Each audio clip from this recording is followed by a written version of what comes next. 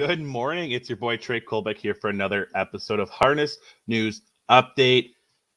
December 4th edition. I had to check the calendar. I keep thinking it's November. The year has flown by on me here this year. It's December as we're inching closer to the Christmas and holiday season. Really miserable day here just outside Harness News Update Studios in Winnipeg, Manitoba, Canada. Kind of a weird, foggy, rainy, snowy, frosty kind of day. Heard a lot of sirens today, so hopefully there's not too many accidents going on around the city. But today, we're going to talk about a place that usually has a lot nicer weather than Canada does. We're going to talk Australian and New Zealand harness racing. I have he called, I guess his official title, he said was CEO of Harnesslink, Brad Reid. We're going to talk about things going on down there and also some replays of some Australian racing, the Inter-Dominion heats that went on over the weekend. But first, we're live on our presenting sponsor, Harnesslink. Harnesslink is the only harness racing website truly dedicated to covering news and events in the harness racing industry worldwide. Make sure, like I said, we got Australia and New Zealand. We also have Europe and, of course, America and Canada. Today's episode is also sponsored by HarnessBid. To check out HarnessBid, visit harnessbid.com.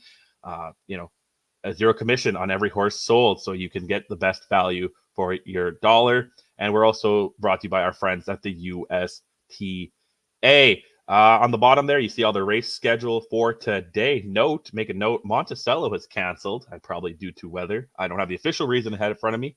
But if you're watching football yesterday, the East Coast got drenched with a lot of rain.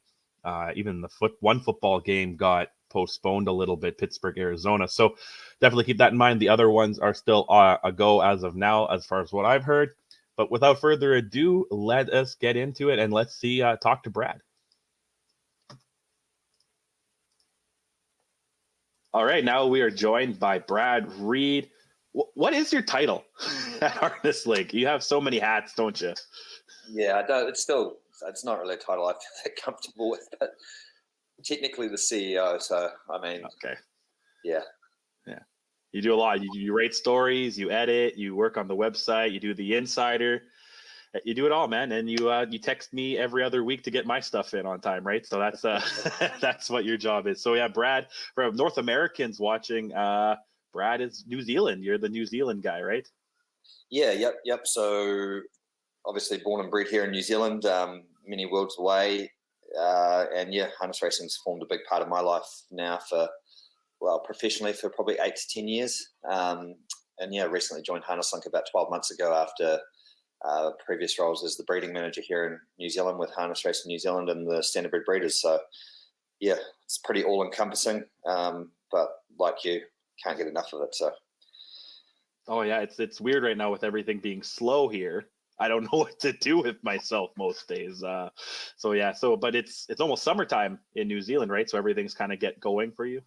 Correct. Yeah. So like obviously a little bit like you guys through that, I guess from June onwards. Obviously you guys' seasons are a bit different, but yeah, our racing really does ramp up around the spring. August through December. We recently had a calendar change, so we've changed the horses' birth dates here in New Zealand, so it's falls in line with the calendar, much the same as in North America. So the 1st of January, whereas in the past our horses all turned a year older on the 1st of August. The exciting thing for the racing industry here is that it's reflected in the racing dates, where a lot of our major stake races now are at the back end of the season, much like your own, and it's really had a positive effect for the industry. So it's really exciting time right now. Yeah, that would be confusing having their birthdays in August, right? Like I guess it just followed the schedule before, you said?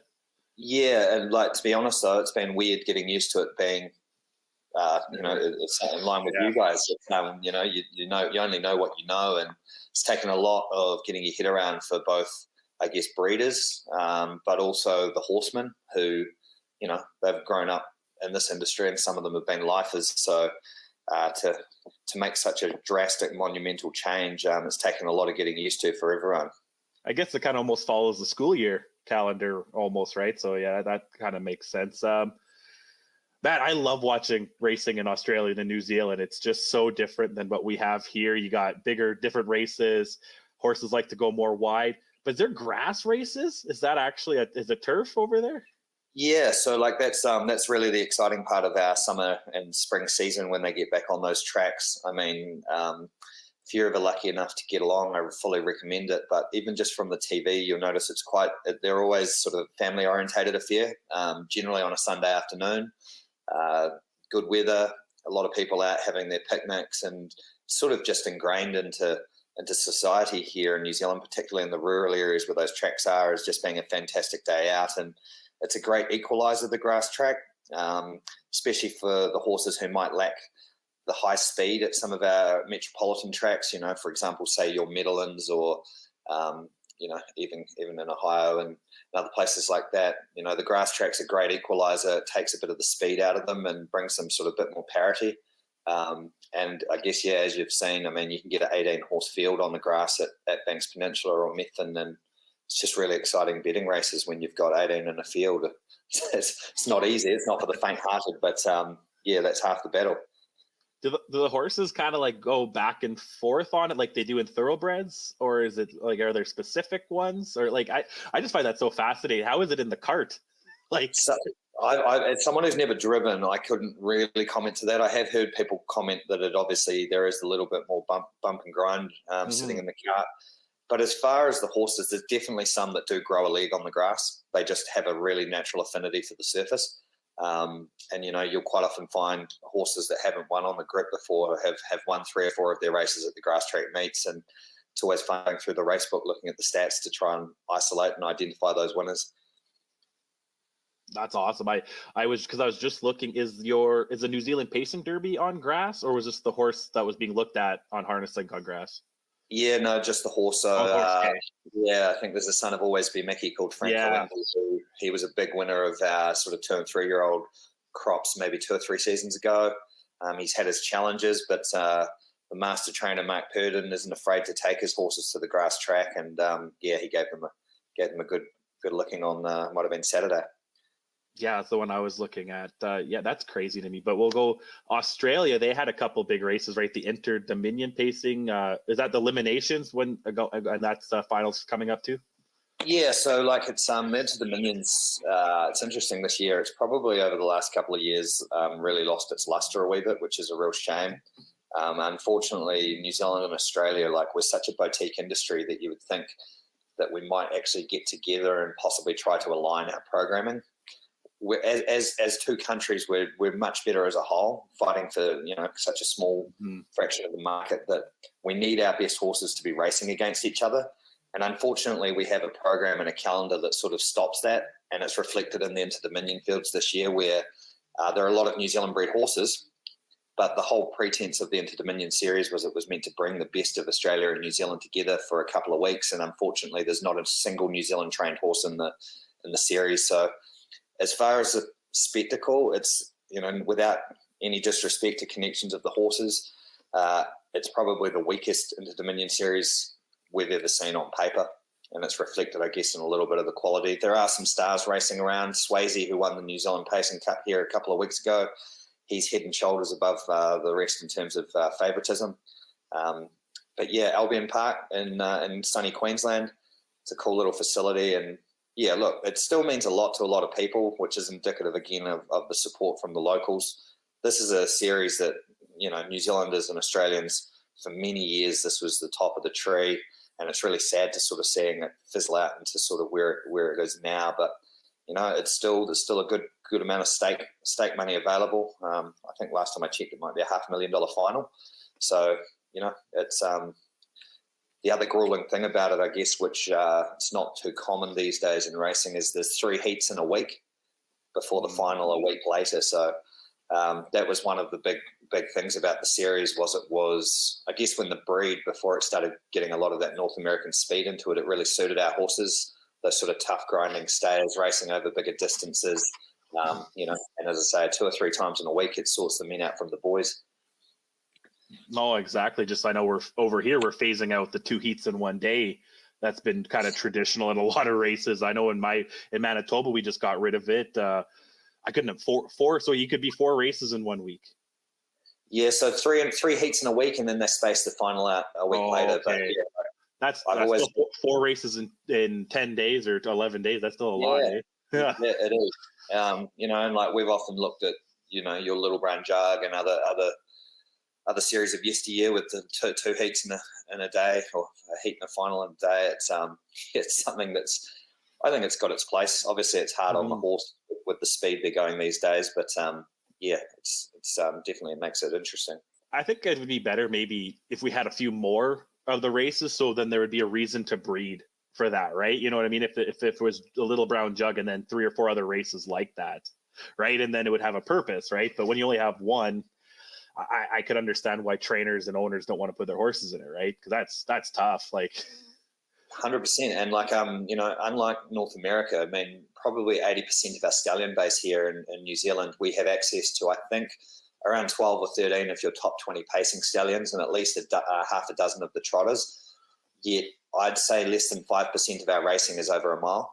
Mm-hmm. So when we're breeding speed on speed and speed, and you're starting to see it in New Zealand, Australasian pedigrees now, you look down the bottom line of a pedigree and, it's very North American orientated. Like there's not many stallions you wouldn't recognize as a North American in our breed. And yeah, it's interesting. We're still racing over 2,600 meters, 2,400 meters. Very, very rarely in New Zealand, particularly, do we race less than a mile and a quarter or a mile and an eighth. Sorry. So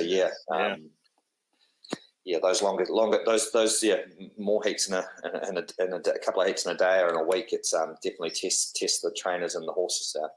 So you find that you're starting to get a North American mentality, even though your races are still a little bit longer.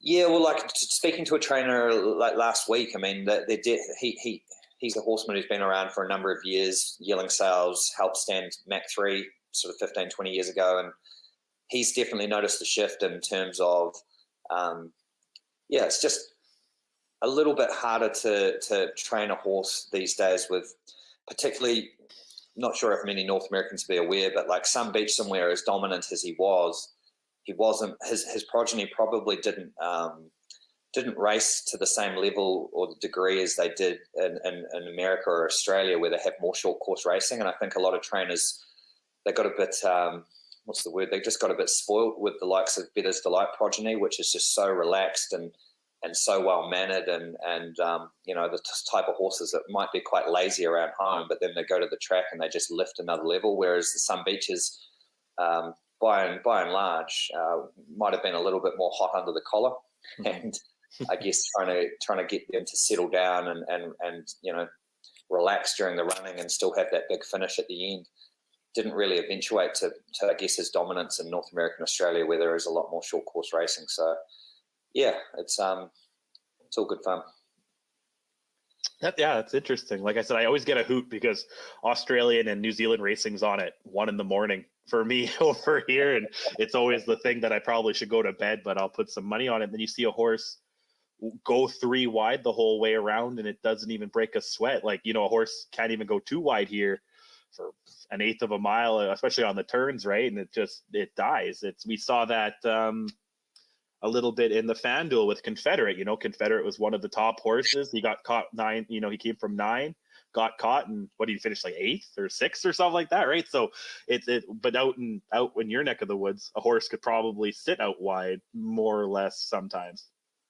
Yeah, look, like we're probably going to get into it a little bit later on in the discussion, but if we've got a horse here in New Zealand at the moment, 3-year-old filly called Millwood Nike by Captain Treacherous out of a mare called Albuquerque. So she's a Better's Delight mare. This horse might be the best filly we've seen in a long, long, long time. She's won 17 races from 17, and she's just a freak. But the point I'm trying to make is, I mean, like if anyone has the opportunity to watch some of her races, she's never drawn well, and she's quite often doing her work sitting out parked, or we call it parked outside the leader. And I'd say in 95% of her races, she's drawn poorly or been driven. The opposition have driven to beat her, and yet she's just so capable of sitting outside the leaders going 55, 54 second halves and still have an incredible finish. And yeah, I was just watching her in awe on Friday night when she made 17 from 17. Again, had to sit outside the leader for the majority of the race, and they're not average horses she's beating up. This is the top she's racing in the elite level of 3-year-old fillies, and a lot of them are fillies that you and I, everyone would love to own, and she's making them look second rate. So you got to be prepared for that when there's 15 horses to get around, particularly when you're horse because you don't want to be having to do too much work or getting around tracker tissues with only a quarter left to run. That's you got some big fields too. What's kind of the biggest size fields you guys get? Well, those grass track races, mate. So I think the maximum capacity at some of those grass tracks is 18. Okay. Metropolitan wise, I think maybe 15. I think we have 15 started in the New Zealand Cup. But yeah, it looks pretty impressive when the money's up and they're all there to win. That 3 wide train gets going a bit early, and yeah, it makes for a hell of a spectacle. Yeah, 15's wide and thoroughbred. Like, that's crazy, just in thoroughbred. And then, I think the Kentucky Derby goes 20 and not much else go that wide out or that big out here. So that's crazy, 15 and that. And I couldn't imagine announcing that. I can't even do 8-horse fields, man, let alone 15. So, man, as you said, you find it interesting. It took me a while to warm to your style of racing. I must admit, having grown up on a diet of standing starts and grass track and longer distance. But once, I guess, you sink your teeth into a little bit more and learn the intricacies, particularly with Dexter Dunn being over there and trying to sort of watch him negate to that different style. And obviously, he's taken to it like a duck out of water. Duck to water, sorry. It's like both styles have their place, and I really enjoy watching your stuff. Oh yeah, I wish it was on a slightly better time of day, your stuff, for me, and then I would definitely try to watch it more live. But with your Midlands, like, well, when you guys have your Breeders' Crown and stuff, like the time zones, it's sort of those Saturday nights come through our Sunday mornings, and it's quite a nice thing to get up and watch on a Sunday morning. Oh, that would be good, yeah, for sure. So we talked about the Inter-Dominion, the New Zealand Pacing Derby. Is there anything else big coming up in Down Under in New Zealand? Yeah, so this weekend we have what's called our Grand Prix Day at Addington, and this is, I guess, another culmination of the calendar change. So with our season in the past finishing on at the end of July, a lot of our big races were sort of finishing around, right bang smack in the middle of the winter. And I guess one of the things out of changing the dates was to try and maximise the engagement on these big days and turn them into more carnival-based where the weather is a bit more suitable. So we used to run a series called the Harness Jewels, which for all intents and purposes, was similar to the Breeders' Crown. You've got your best age group in each gate, trotting, pacing, fillies, colts, and then the mares and colt geldings and entires, and that's changed. It's now there's just the 2-year-olds, so there's 4 what we call Group 1s here in New Zealand for the 2-year-old pacers and trotters in each sex. So that's going to be really exciting. It's only been in the last couple of years that in New Zealand last year was the first go of this series where the fillies have been split out from the colts in the trotting gate. And that's been really exciting to see the fillies run for $100,000 against their own sex rather than having to compete against the boys, which they're more than capable of doing. But as a breeder myself, it's really encouraging to see the owners of fillies, both trotting and pacing, getting opportunities like this to race their own sex. So there's those 4 Group 1s. We've also got the New Zealand Pacing Derby. That's the biggest race here for pacing males. I think it might be worth $250,000. And yeah, some really exciting bloodstock running around there. A horse called Merlin and another Don't Stop Dreaming, probably the 2 favourites on paper. They've sort of been having ding-dong battles over the course of their last couple of seasons. And Merlin, he turned the tables on Friday night, which just makes the script for Sunday with the draws yet to come out all the more exciting. On the same day, we also have the New Zealand Pacing Oaks. So the best 3-year-old girls in the country, and as I mentioned before, Millwood Nike, so she's going for a perfect 18 from 18, which, this is probably the storyline in New Zealand at the moment. She's the horse that's bringing people to the track, and we're really excited with her winning record. Like, obviously, racing your own age group and sex, a little bit easier, and it's going to get a bit tricky next year when she becomes a 4-year-old mare and has to probably race some of the boys a wee bit more often, but yeah, this unbeaten streak is definitely a really exciting storyline for racing here in New Zealand and getting, I guess, a bit of mainstream attention onto the sport. So long may that last. So we've got that 6 of them. And then, yeah, we've got the 2 open. So the New Zealand Trotting Free-for-All, which would be really hotly contested. Unfortunately, well, we've got a horse called Muscle Mountain here who, in my view, would be competitive with any of the horses at Yonkers in the international trot. We'd love to see him get over there and have a crack. Unfortunately, he fibrillated in our big race here over Cup Week, but I don't think it's anything to be concerned about, and he should bounce back. And as if anyone's been following it, he is an absolute demon over a short course. So, yeah, it'll be really exciting to see how he goes. And I think there's a Summer Cup as well for the Pacers, which with the field's not out yet, I can't comment on how that's going to look. But when you get eight races of that caliber on a day, it's on a Sunday afternoon, it's going to be really, really exciting. And just thought I'd better mention as well, King of the North, who a lot of you guys might be familiar with, Tower Hill stud. He's doing a really good job here getting the mares involved in New Zealand and looks set to serve about 250 mares, which is enormous effort for a trotting stallion. And yeah, he's sponsoring the series, so looking forward to getting along in that capacity and hosting a few people that have bred to him this season. Awesome. Is it pretty split down the middle, Pacers, trotters? Is one a little bit more?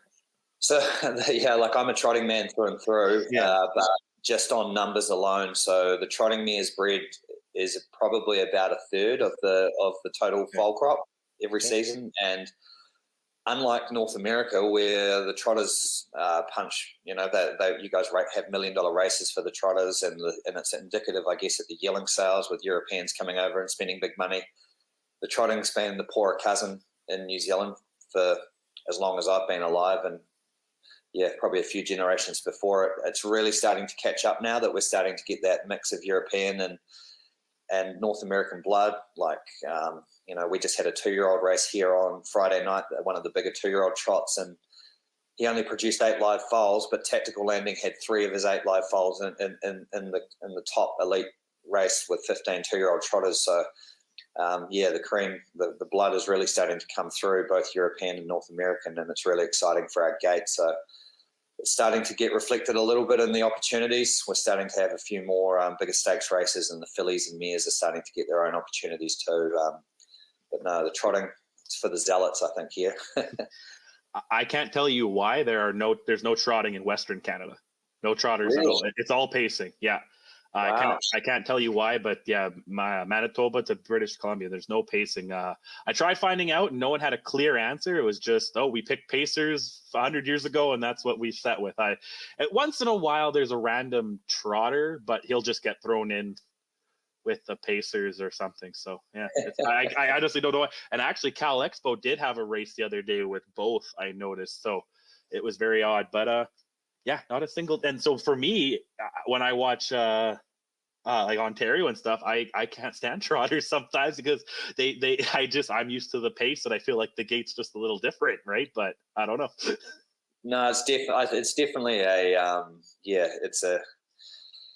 it's a refined breed, the lover of the trotter, because obviously they have a bit more of a capacity to go out of their gate, which isn't always the friend to the punter who's had a casual bet and can't work out why their horse looks like they should be at Saratoga galloping. But it's one of those things. I think it's either in your blood or not, but there's definitely obviously a massive place for them in the sport. And I think the exciting thing for trotting is it's the only international gate when you factor in Europe where they don't really have the paces. So it'd be nice to see some of those countries come together like they do at Yonkers, and obviously the elite lot more often. That would be cool. I mean, I assume the travel's not easy on the horses, but it would be cool to see a lot more. How is it like? I have a fair bit of geography. Is New Zealand to Australia really tough to import? I think it's like, to give you an idea. So from where I live in Christchurch, which is Canterbury, which is the region. Canterbury is the stronghold of New Zealand harness racing in the South Island. It's a 3-hour flight from here to Sydney, which, just put in perspective the size of Australia, it's a 5-hour flight from Sydney to West Australia and Perth. So it's actually quicker to fly to New Zealand than it is to the other side of Australia. But it's just since COVID, the travel has become a bit more prohibitive. There's not as many options, which again as well, going to North America, our export market there is slowed down a touch just with the lack of suitable flights and stuff like that available. No, I understand. Like for me, it's probably an hour and a half drive to the States, but it would be a 24-hour drive if I wanted to go hang out with our friends Ace and Garnett, right? So, and we're in the same country, right? So I get it completely. Yeah, well, like as I said, 3 hours to Sydney. I mean, the second longest flight I've ever been on in my life was Vancouver to Toronto. We could fly to Australia and back to doing the same flight. So I feel your pain. That flight, yeah, I could sympathize even just going to Calgary, which is, I don't know, 2-3 hour flight, but it's like, this country's too big. I think we should have split it up a little bit differently, but it's okay. Anything else? I had one other question. Oh, this non-horse race. You're a Padres fan, aren't you? Right? That right? Yeah. How mad would you be if my Blue Jays get your Soto? That's all I hear about is Soto and Ohtani coming to Toronto. So that would be amazing for Toronto. And to be honest, I'm a bit of a fair weather San Diego fan. I jumped on the bandwagon with Tatis coming over, and ironically, the only jersey I own is now forever tarnished. But no, that would be great for Toronto. I mean, Soto's a hell of a bat. Mm-hmm. I can't wait for baseball season. It's actually it's been a warm winter. It was +1 today, which is really odd. It's usually in the minuses here this time of year, so it's all good. When does baseball season start? Am I silly and suggesting because of spring training? Is that spring training? It starts March. Okay. February, March. So it's a few months away. Free agency's on right now. Sports wise, it's our football over here, and that's about it. And hockey, I guess. Yeah. So anyway, thank you for joining me, man. It has been great, informative. I for the North Americans watching, I hope we could look at some more New Zealand, Australia stuff. And for the New Zealand Australians watching, I finally got you something that's for your neck of the woods, because I get likes and comments on this show, and I have no idea where the people are from. So it's great to get it all world views. Thank you so much, Brad. Thanks for having me. Long time listener, first time caller. So really, really chuffed to get on and have a chat with you, mate.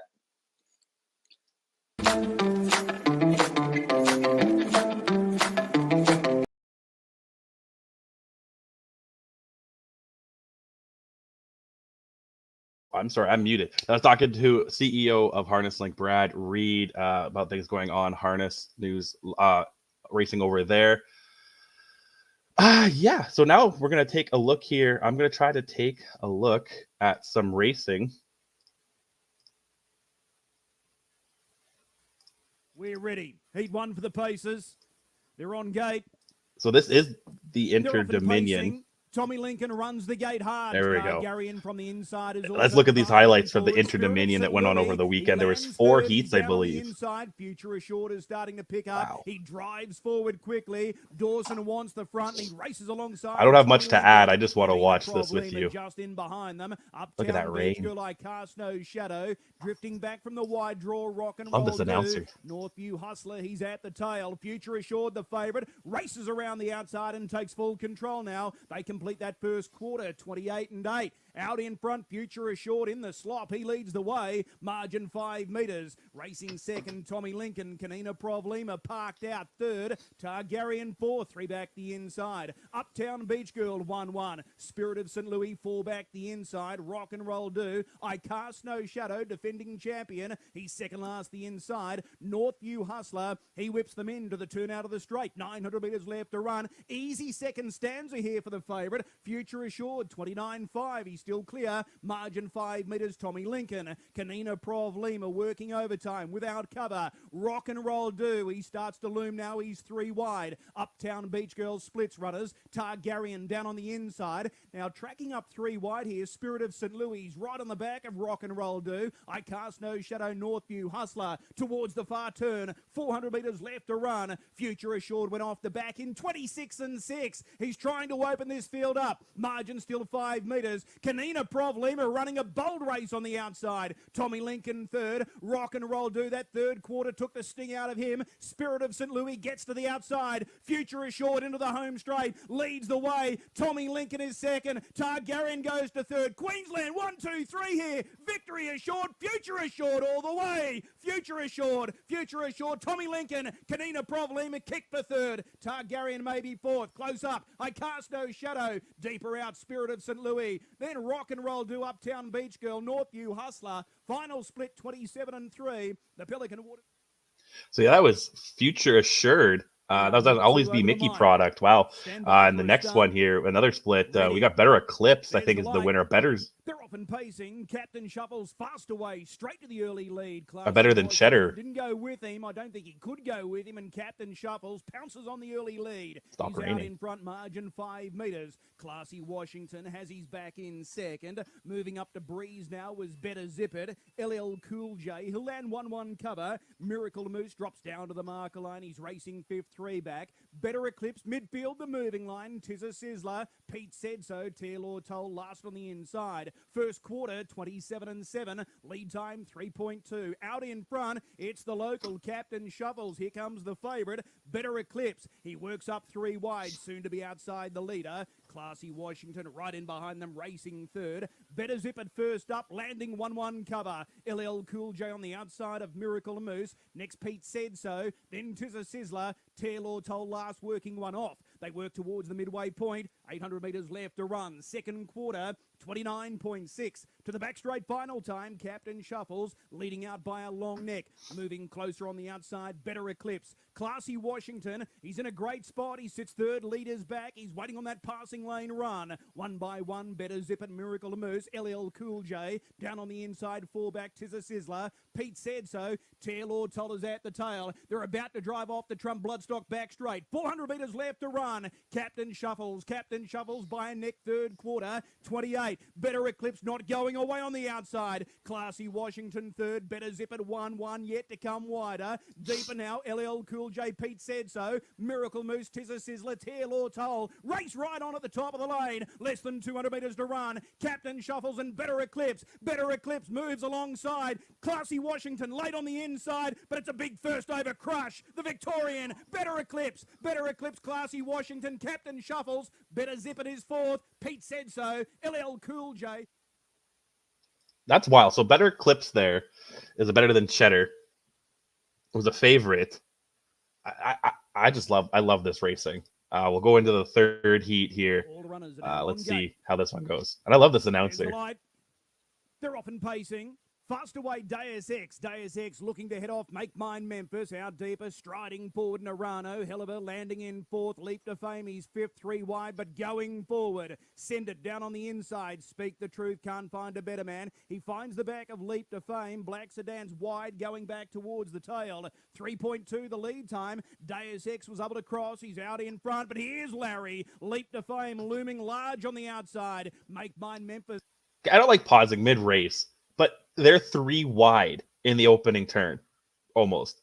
That's wild. Okay. At this point, can't find a better man deeper. Sorry. Narano send it down on the inside, then Helliver. Black Sedan and Speak the Truth. First quarter, 27-3. He rolls on by. Leap to Fame finds top. They have 1,000 metres left to run. Leap to Fame out in front. He leads 5 metres. Deus Ex goes from pace setter to pocket sitter. Can't find a better man. He's third. He's left parked out. Make Mine Memphis 4, 3 back the inside. Narano 1-1, then Send It. Helliver, Black Sedans. Speak the Truth, he's last on the outside. Second quarter, 29.3. Down the Trump Bloodstock, back straight. Leap to Fame, series favourite, out in front. He leads 5 metres. Deus Ex is right behind him in second. Make Mine Memphis third. Can't find a better man. First up, he's got to do it the hard way. He's got to cut a big mile, but he's starting to make ground on the outside. Narano 1-1, Send It. Helliver, Black Sedans. Speak the Truth, still last on the outside. 400 metres left to run. Third quarter, 28-3. Leap to Fame. He's about to go full throttle here. He leads 5 metres. Can't find a better man second.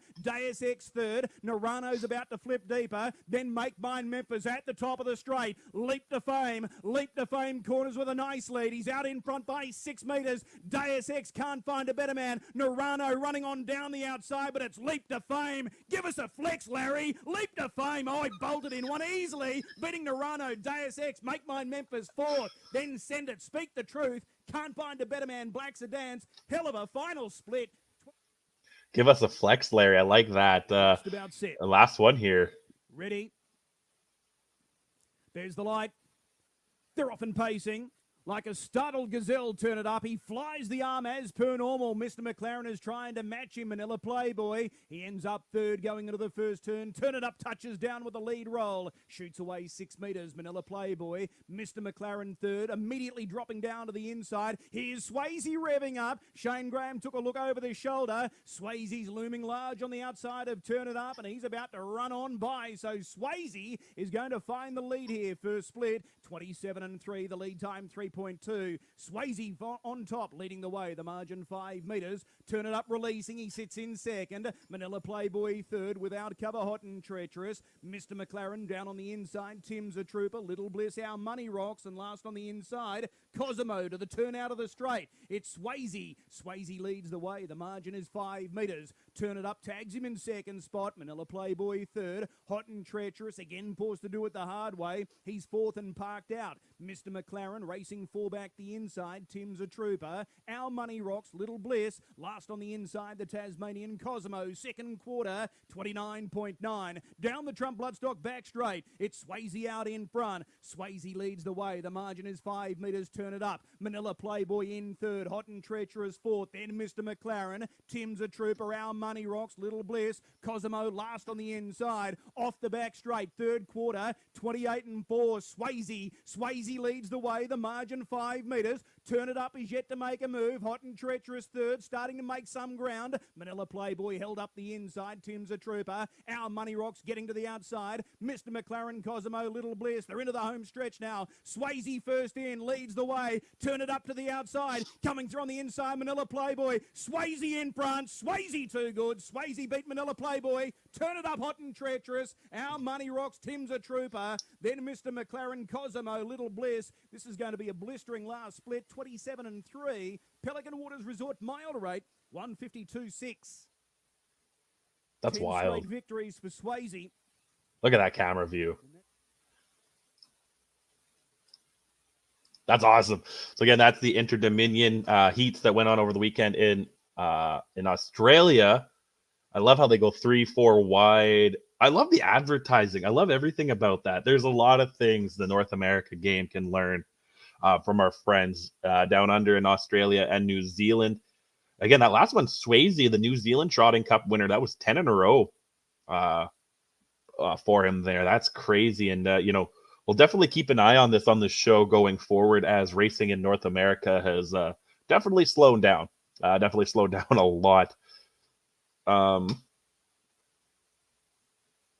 Right.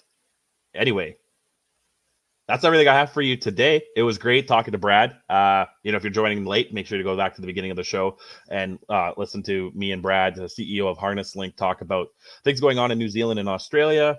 Talked a little baseball as well at the end. And we're live. We're always live on our presenting sponsor, Harnesslink. Harnesslink.com is the only harness racing website truly dedicated to covering news and events in the harness racing industry worldwide.